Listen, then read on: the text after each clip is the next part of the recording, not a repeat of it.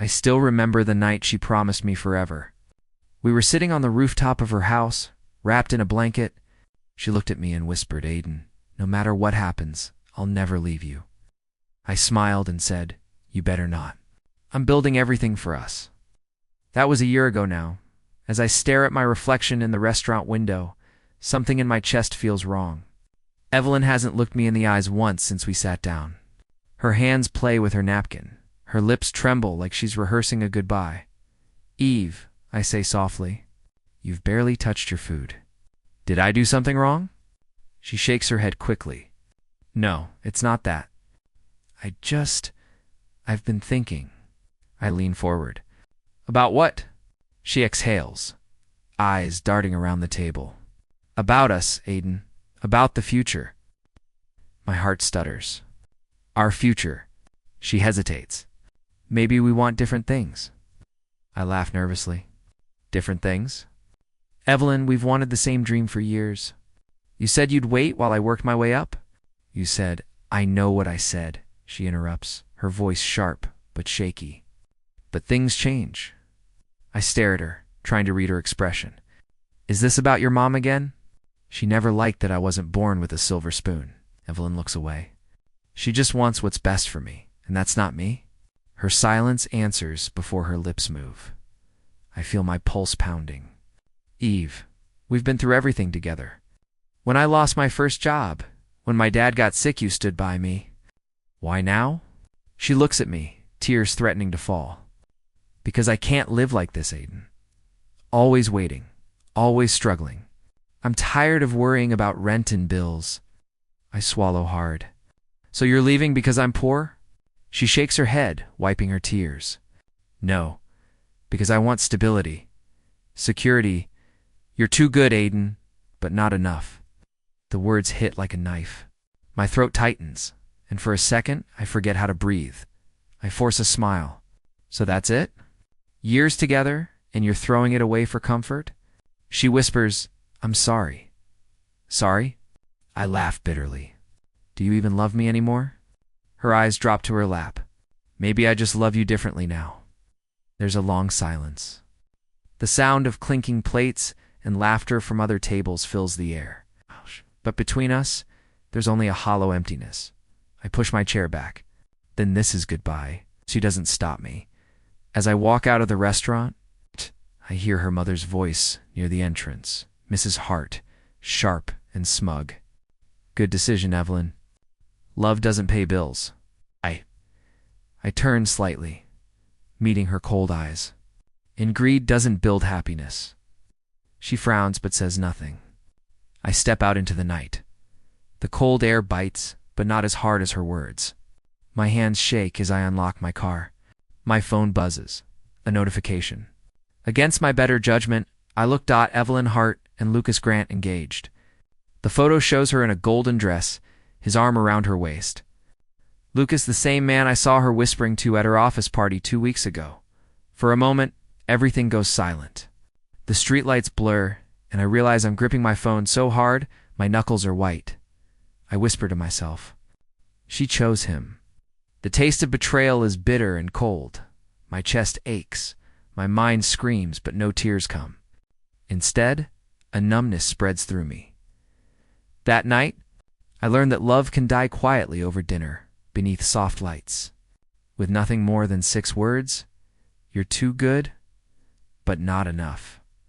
And from that moment, I knew the man she left behind would never be the same again. "Noah," I said, "I'm fine." "You're not fine," he snapped, pulling the bottle from my hand. "You've never even touched alcohol before. You think drowning in whiskey's gonna fix your heart?" I laughed, a rough, broken sound. "What heart?" She took it with her. He sighed, pacing the room. "Aiden, listen to me, no?" I shouted, slamming my hand on the table. The glass rattled. "Don't tell me to move on." "You didn't see her face? You didn't see the way she looked at him?" Noah's eyes softened. "I know it hurts, man. But you can't let her break you." I took the bottle back and stared at the amber liquid. She already did. He sat across from me quietly, letting the silence stretch. The clock ticked like a hammer in my skull. I poured another drink. "I worked for her, Noah. Every extra shift, every sleepless night for her. I thought love meant sacrifice. Love isn't supposed to feel like dying, he muttered. Then what's it supposed to feel like? I asked bitterly, because all I feel is nothing. My phone buzzed on the table. A notification glowed. I didn't want to look, but I did. A video. Evelyn and Lucas dancing at their engagement party. Her in that same golden dress, smiling like I never existed. My chest burned. I threw the phone across the room. Why does it still hurt? Noah stood up, picked up the phone, and placed it on the table. Because you loved her honestly. I clenched my fists. And she loved money. He didn't argue. He didn't need to. Rain started to fall outside, soft at first. Then heavier, as if the sky couldn't stand my silence either. I need air, I muttered. Grabbing my coat, Aiden, wait, but I was already outside. The street was soaked. Neon lights reflected on puddles like broken dreams. I walked aimlessly, whiskey warming my veins, pain numbing my thoughts. When I stopped, I didn't even realize where I was in front of the hotel where her engagement party was being held.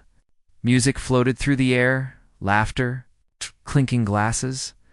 I saw her through the glass doors, Evelyn, glowing under the lights, Lucas's arm around her waist. She looked happy. Happier than she ever looked with me. I whispered to myself, maybe she was right. Maybe I was never enough. Then I saw her glance toward the window. For a split second, our eyes met. Her smile faltered. My breath caught. Then she looked away like I was just another stranger passing by. I laughed bitterly. Guess that's all I am now. I turned to leave, but my knees felt weak. I leaned against a lamppost, feeling the rain pour down my face. I wasn't sure if I was crying or just drenched. Dad was right, I murmured. People only stay when it's easy, voice echoed in my head. My father's calm tone from years ago. When people leave, son, don't chase them. Let them learn what they lost, for the first time. I understood what he meant. By the time I returned home, Noah was waiting at the door, his face tense. Where the hell did you go? To bury something? I said quietly. He frowned. What? I looked him straight in the eye. The man who believed in forever? He didn't speak after that. He just placed a hand on my shoulder. I walked past him, into my room, and collapsed on the bed. The smell of rain still clung to my jacket. I stared at the ceiling, whispering, I'll never beg for love again. Something inside me shifted, small, silent but real. It wasn't peace. It wasn't strength yet. It was the first spark of something darker, something that whispered, it's become untouchable. That night, Aiden Cole died quietly, and someone colder began to wake. I woke up to the sound of my phone vibrating. Another email? Another rejection. Due to recent absences, your position has been terminated. I stared at the screen, numb. Terminated, I whispered. Just like that. The room was cold, silent, except for the faint hum of the ceiling fan. My rent notice lay unopened on the desk. I didn't need to read it. I already knew I was drowning, Noah called that afternoon. Bro, you okay? You haven't shown up to work in days. I'm fired, I said flatly. He cursed under his breath. Aiden, what the hell are you doing to yourself? I rubbed my eyes. I don't know. Breathing, maybe. That's all I can manage lately. You need to get out of that apartment, he said. Come stay with me for a while. I hesitated. No, I'll figure it out. Man, you're too damn stubborn. Yeah, I said quietly. Guess I am. After the call, I sat staring at the peeling paint on the wall. The silence pressed against my ears like a weight. Then my phone buzzed again, this time a text from my sister. Dad's not feeling well. Please come home. My chest tightened. When I reached my father's house, Emma was sitting beside his bed. He looked pale, weaker than I remembered. Hey, Dad, I said softly. He smiled faintly. You look tired, son. Guess it runs in the family, I tried to joke, but my voice cracked. Emma glared at me. You should have been here sooner. I know, I whispered. Dad interrupted. Don't fight. Sit. Tell me about your plans. I lost my job. I just nodded. Then find another one. It's not that easy. Never is, he said. But quitting won't make it easier. I looked at him, at the man who'd spent his life breaking his back for us. His words stung more than any loss I'd suffered. I'll try, I murmured. Later I walked out to clear my head. The rain had stopped, leaving the streets slick and shining. I wandered aimlessly until I found a small cafe half empty. Quiet. I ordered the cheapest coffee on the menu and sat near the window. That's when I noticed the old man struggling to pick up his cane from the floor. Without thinking, I stood and handed it to him. "Thank you, young man," he said, smiling. His eyes were sharp, intelligent, full of stories. "No problem," I said, sitting back down. He looked at me for a moment. "You look like someone who's lost more than sleep." I sighed. "You could say that." He leaned forward slightly. "Mind sharing what happened?" I hesitated, then shrugged. Lost my fiancée, lost my job, losing my mind. I guess that's the summary. He chuckled softly. "Painful combination. Could say that again," I muttered. He stirred his coffee slowly. "You remind me of myself years after asterisk. Go. Angry at the world, blaming fate. Wouldn't you be?" He nodded. "For a while, until I realized pain isn't a punishment. It's a teacher," frowned. "A teacher," he smiled. "Pain teaches you what comfort hides. Strength, clarity, purpose. You just have to listen instead of run." His words sank into me like fire through ice. "That's easier said than done," he laughed softly. "Everything worth doing is—" I studied him for a moment. "What's your name?" "Stuart," he said, offering his hand. "And yours?" "Aiden." "Well, Aiden," he said, standing carefully. "Don't waste your suffering. Build something from it." When he left, I sat staring at the rain outside again, but this time it looked different. Maybe it wasn't washing me away anymore. Maybe it was cleansing what was left. For the first time in weeks, I whispered to myself, maybe I can start over. And deep inside, a small spark flickered, faint but alive. When I arrived in Crestview City, I had nothing but a duffel bag and a half-dead phone. The air smelled of rain and fuel, and somehow it matched the chaos in my chest. I rented a tiny apartment above a bakery, the kind that smelled like sugar at dawn but leaked when it rained each morning. I worked at a hardware store. At night, I served coffee at a diner. Between both shifts, I coded. Lines of code became my therapy, my revenge, my hope, Noah called one evening. "Man, are you okay?"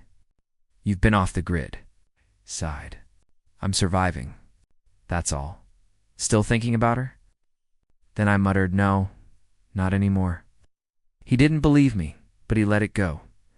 Days blurred into weeks. My fingers burned from typing. My eyes stung from exhaustion. But the idea wouldn't leave me a platform that could help small businesses manage payments and customers easily. I called it Novatech. Then one morning, the cafe manager waved me over. "Aiden, someone's asking for you." A woman stood near the counter, confident posture, messy bun, eyes sharp behind her glasses. "You're Aiden Cole, right?" she asked. "Yeah. Can I help you?" "I saw your post on the developer forum. You're building something for small vendors." I nodded cautiously. I'm Claire Williams, marketing consultant. I think your idea could actually work." Something about her tone, direct, unpretentious, pulled me in. "You really think so?" She smiled faintly. "Only if you let someone help who actually knows what a pitch deck is." We started working from my apartment. She brought coffee, I brought code. Our nights were filled with brainstorming, laughter, and silent determination. "You don't talk much about your past," she said once, eyes on the screen. "There's not much worth saying." "Fair enough," she replied softly. "Then let's talk about your future." That line stayed with me. We spent weeks building the app. When investors started noticing, Clara insisted, "You should be the one to present." "I'm not great with people." "You built the heart of it, Aiden. Just speak your truth. That's what they'll believe." At the pitch meeting, my hands shook, but I forced myself to speak. "Novatech isn't just an app," I said. It's a bridge for small business owners who deserve a fair chance. When I finished, the room was silent. Then the lead investor smiled. We're in. Afterwards, Clara hugged me, laughing. You did it. I blinked, dazed. We did it.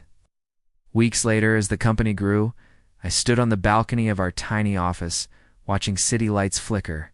Clara joined me with 2 cups of coffee. You look like someone who finally believes in tomorrow, she said. I smirked. Maybe I do. What changed? I stared at the skyline. I stopped waiting for someone to save me. For a long moment, neither of us spoke. Then she whispered, You're allowed to start over, Aiden. Her words were gentle, but they hit deep. I smiled faintly, letting the warmth of that truth sink in. That night, I worked until sunrise.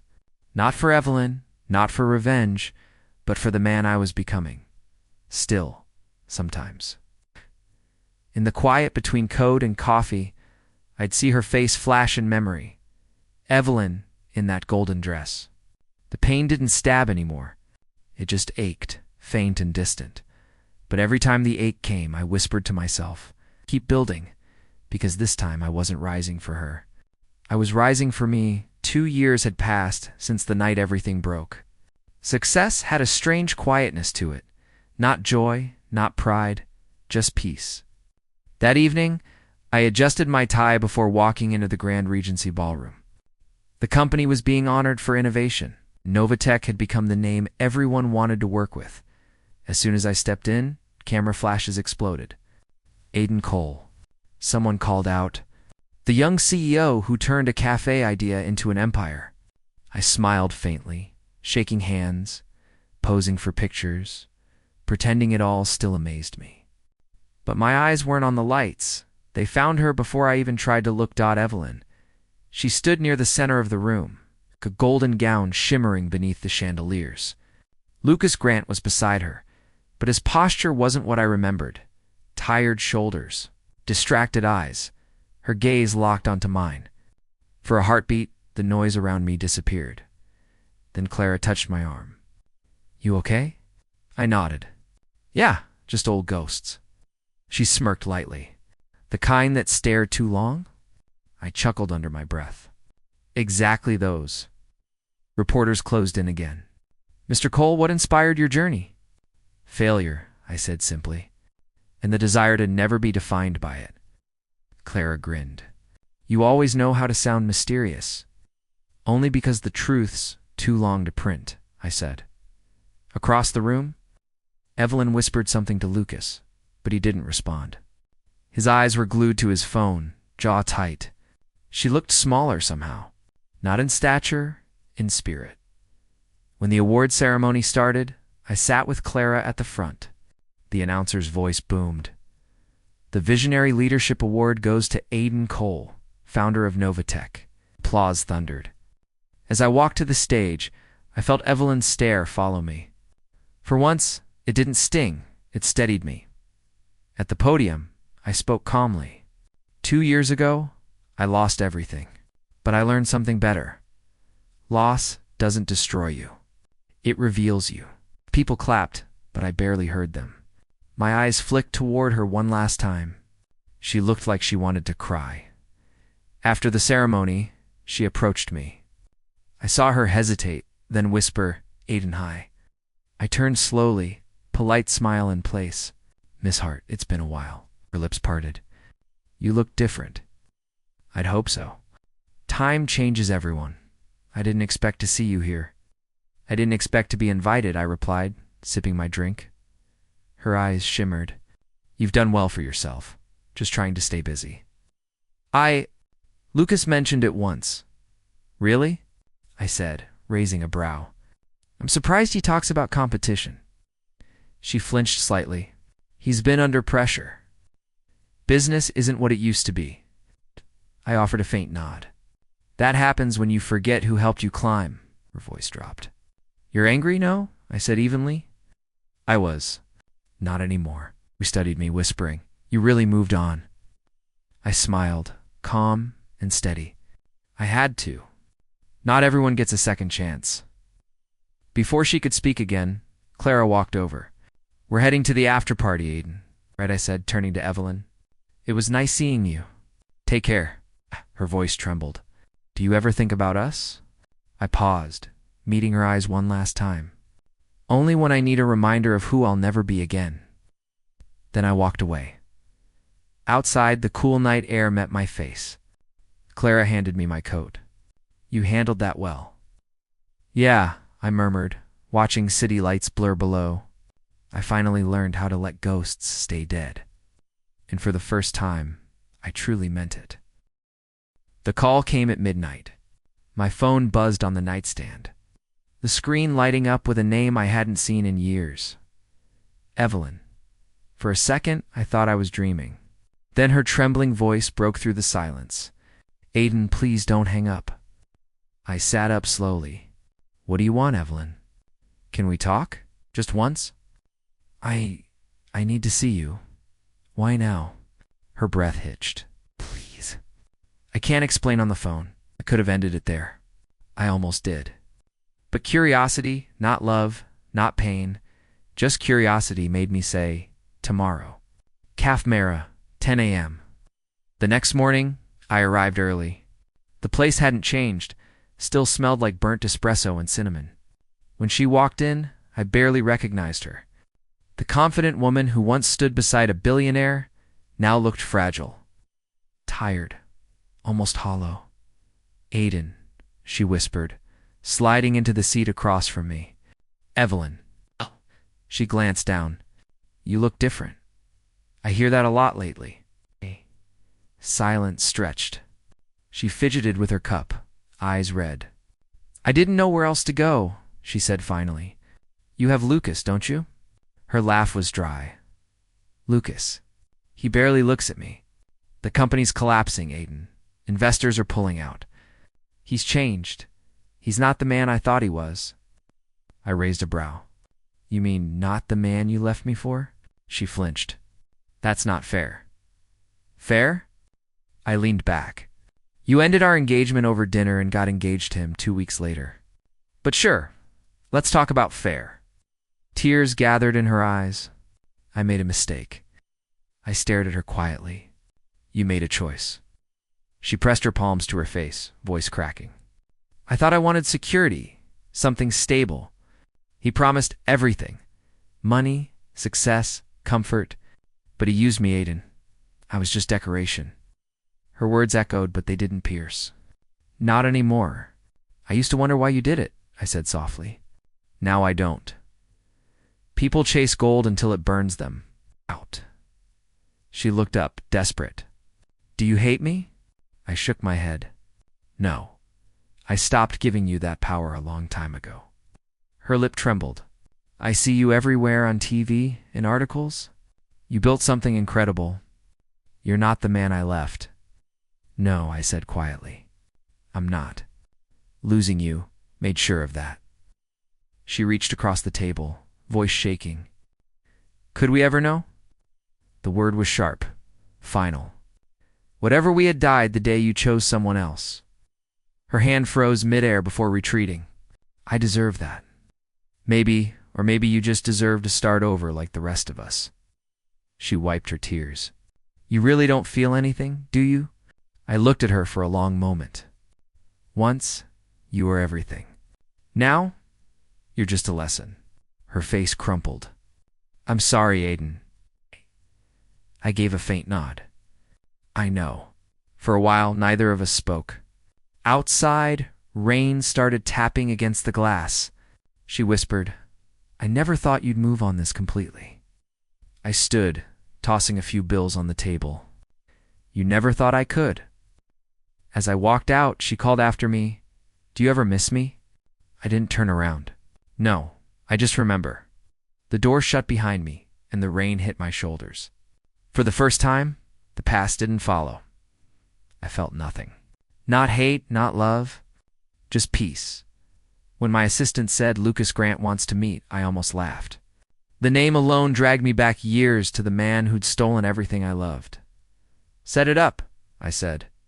Curiosity burned sharper than anger. That afternoon, he walked into my office, looking nothing like the arrogant billionaire from the tabloids. His suit was wrinkled, his eyes tired. I stood by the window, watching him approach like a ghost from another life. "Aiden," he said quietly. "You've done well. I've learned from the best," I replied, voice flat. "You know, watching you destroy people was quite the business lesson," he sighed. "Look, I deserve that. But I'm here because I need help." Turned, folding my arms. "Help from me?" He nodded slowly. "My company's on the edge. Novatech's platform is the only one that can stabilize it. I'm offering a partnership." I smirked. "Partnership? Or bailout?" His jaw tightened. "Call it what you want. We both win." I stepped closer, letting silence stretch. "You don't remember, do you? The night you told me I'd never make it. That Evelyn deserved better than a broke dreamer?" He looked away. "That was years ago." It's funny, I said it still feels like yesterday. Before he could answer, Noah walked in. "Oh, this is awkward," he muttered, glaring at Lucas. "You've got some nerve showing up here." Lucas straightened. "This is business," Noah scoffed. "You destroyed his life. Now you want him to save yours?" "Enough," I said quietly. "Let him speak." Lucas swallowed hard. "I know I was wrong, but I'm not here to talk about the past. I'm trying to save hundreds of employees. You don't have to forgive Majez. Sign the deal." I stared at the contract folder on my desk. The power felt intoxicating. He's desperate. You could end him now. Noah must have seen it in my face. "Bro," he said softly, "don't do this. You've already won." "This isn't about winning," I replied. "It's about balance." "No," he said firmly. "It's about choice. If you crush him, you become him." Lucas looked between us. "I get it. You hate me. Maybe you should. But this isn't just about me. It's about people who depend on us." I walked around my desk, standing inches from him. "You think a few desperate words can erase what you did?" "No," he said quietly. "But maybe it can start something different." For a long time, I said nothing. Then I opened the folder, scanning the papers before sliding them back. "I'll think about it," I said. He nodded, eyes heavy with something that almost looked like regret. "Thank you." When he left, Noah slammed the door behind him. "Think about it." "Seriously? After everything he did?" I rubbed my temples. "You think I don't remember? Every word, every look, every time Evelyn smiled beside him. Then why hesitate?" Because I sighed, staring at the window reflection. Because revenge doesn't feel like peace anymore. It feels like poison. Noah's voice softened. "You're better than him, Aiden. Don't throw that away." That night, I sat alone in my apartment, lights off, city glowing outside. His offer sat on my desk like a loaded gun. I stared at my reflection in the glass. Older, sharper, colder. Who are you becoming? I whispered to myself.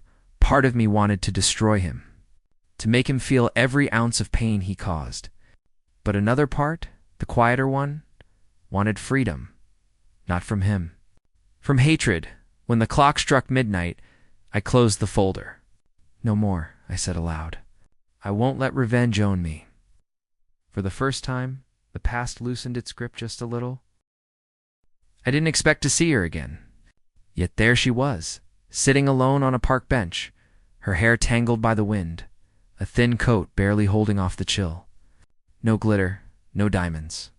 Just Evelyn. She looked up when she saw me. "Aiden," she breathed, her voice trembling. "You came." "I almost didn't," I said quietly, walking closer. "Why did you want to see me?" She smiled faintly, eyes glossy. "I don't even know. Maybe because you're the only person who ever really saw me?" I sat down beside her. Silence hung between us, filled with everything we'd never said. "You look different," she said after a while. "So do you." She laughed weakly. Not in a good way, I guess. Her hands fidgeted with a cheap bracelet, silver-plated, peeling at the edges. "Lucas left," she said suddenly. I heard. "He said I was a burden." That I reminded him of failure. "That sounds familiar," I murmured. She winced. "I deserved that." "Maybe," I said, staring at the lake ahead. But you didn't deserve to be broken like this. Tears welled up in her eyes. You won, Aiden. You built your empire. You became everything I said you couldn't. I see your face on magazines. You're happy. I shook my head. No, Evelyn. I didn't win. I just learned to live without you. She turned toward me, voice trembling. Do you ever think about what we could have been? Once I said honestly, every night, but now I think about what I became because of it. She covered her face, sobbing softly. I ruined everything good in my life. I was blind. Stupid, stop. My tone was firm. You made a choice. And maybe it was the wrong one, but it led us here. Maybe it had to. She looked up, red-eyed. How can you be so calm? Don't you hate me? I did, I admitted. For a long time, but hate's a chain, Evelyn. I carried it until it almost became who I was. She whispered. Then why are you here? Because I wanted to look at you and feel nothing, I said softly. And I finally do. She laughed through tears. You always find a way to sound like you've won. This isn't winning, I said. It's surviving. Her voice broke. I miss the man who loved me. The one who dreamed of building a life with me. I turned to her, eyes steady. He died the night you left. The words hung heavy in the air. She nodded slowly, wiping her cheeks. I guess I always knew that. Maybe, I said. But here's the truth. I forgive you. Her eyes widened. You what? I forgive you. Not because you deserve it, but because I do. I'm tired of carrying ghosts. She swallowed hard. How do you just let go? You don't, I said. You accept that pain doesn't have to define you anymore. She looked down, whispering, I wish I could go back. Can't, I said quietly. But you can start again. For a moment, she smiled through her tears. You really changed? I had to. If I hadn't, I'd still be the man begging you to stay. We sat in silence again, not awkward, but peaceful. For the first time, the weight between us felt lighter. When I stood to leave, she said softly, Thank you, Aiden. I paused. For what? For setting me free? I smiled faintly. You're not the only one. As I walked away, the wind brushed against my face, cold but clean. For the first time in years, I felt unchained, not from her, but from everything she represented. Forgiveness wasn't weakness. It was freedom. The cameras flashed so fast I could barely see straight. Reporters shouted questions, microphones pointed like weapons. Mr. Aiden, what inspired your success story? Someone yelled. I smiled faintly. Pain, I said. Pure and simple. They laughed, thinking it was a clever quote. But I meant every word. Pain had built Novatech brick by brick every sleepless night. Every betrayal, every time I was told I wasn't enough. When the conference ended, I stepped outside into the quiet.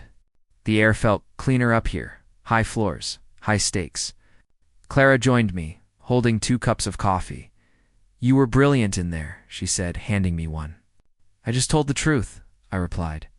That's rare in business, she grinned. You've changed, you know that? How so? You used to chase revenge. Now you chase purpose. I took a sip, smirking. Maybe revenge was the lesson, not the goal. She leaned on the railing, watching the city lights below. I read the news about Lucas, she said quietly. Bankruptcy? I asked. She nodded. He lost everything. Poetic, isn't it? I said. The man who took shortcuts finally ran out of road. She glanced at me. Do you feel bad? Once I might have, I said. Now, I just feel done. Silence stretched between us, comfortable, not awkward. For the first time, success didn't feel loud. It felt peaceful. I thought of Evelyn. She'd vanished from the spotlight, deleted her accounts, sold her jewelry. Rumors said she moved abroad. I didn't look for her. Some ghosts deserve rest. Clara spoke again. You've built something incredible here, Aiden. The team looks up to you. They're the reason Novatech works, I said. They remind me of me hungry, desperate, believing in impossible things. She smiled. That's what makes you different. You hire people for their hearts, not just their skills. I hire people who've been broken, I said, because broken people build stronger things. Her laughter was soft. You should put that on the wall. Maybe we were.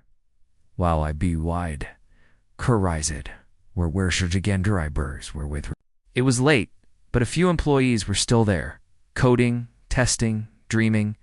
I stopped beside one of them, a young guy, barely 20. Go home, Leo, I said. You've earned it, he grinned. Just finishing one more line, sir. I chuckled. I used to say that too, Claire whispered. You see yourself in them, don't you? Every single one, I said quietly. They remind me why I started, not to win, but to prove that good people can. We reached my office. She lingered at the door. So what now? I looked around at the skyline, the soft hum of machines, the quiet proof of victory. Now, I said, I build something worth keeping. Her gaze softened. You already have. I hesitated before saying, Clara, I don't know what this is between us, but I know it's real. She smiled gently. That's enough for now. Her words hit deeper than she knew. For years, I'd chased validation from Evelyn, from the world, from my pain. But now I didn't need anyone to tell me I'd made it. I could feel it. As she turned to leave, she said over her shoulder, You finally look at peace. Maybe I am, I said. When the office lights dimmed, I stood by the window. Watching the city that once ignored me now move to my rhythm, triumph didn't feel like fire or noise. It felt like calm, like forgiveness that finally settled into my bones, and for the first time, I didn't just survive, I lived. The drawer creaked when I opened it, the sound faint, but sharp enough to pull me back in time. Inside lay a small velvet box, the engagement ring I'd once bought for Evelyn. I hadn't seen it in years. My fingers trembled as I lifted it. The metal felt colder than I remembered. I sat by the window, the city lights flickering below like scattered memories. A part of me laughed softly. After everything, you still hold power over me, I whispered to the ring. But it wasn't love anymore. It was residue, what remained after the storm had passed. Clara knocked gently. You okay? Yeah, I said, forcing a smile. Just found something old. She stepped closer, noticing the box in my hand. Is that? Yeah, the ring. Her eyes softened. You kept it all this time? I guess part of me wasn't ready to let it go. She nodded quietly, not judging, just there. That was what I loved about her. I reached for a pen and a blank sheet of paper. I think I need to write something, I said. A letter? She asked. Not to send? Just to end. The pen hovered for a moment before words began to flow. Evelyn, I wrote, I once thought you were my forever. I built my dreams around you. When you left, I thought my life ended. But now I see it only began. You taught me what love shouldn't feel like. For that, thank you. The words bled into the page like quiet forgiveness. I paused, then continued, I don't hate you anymore. I don't miss you either. I hope you find peace, wherever you are, because I finally found mine. I placed the pen down and exhaled. It felt lighter, not just my chest, but my whole being. Clara leaned in. Can I read it? I shook my head. No. This one's between me and who I used to be. She smiled softly. Then let's say goodbye properly. We drove to the beach that night. The wind was cool, brushing through her hair as the waves rolled in. I stood near the shore, letter in one hand, ring in the other. Clara stayed beside me. Silent support in human form. I looked down at the ring, that small, glittering symbol of everything that once broke me. I thought this was love, I said quietly. Turns out, it was just fear of being alone. Ah, Clara whispered. Then let it go. I nodded, feeling the words settle deep inside.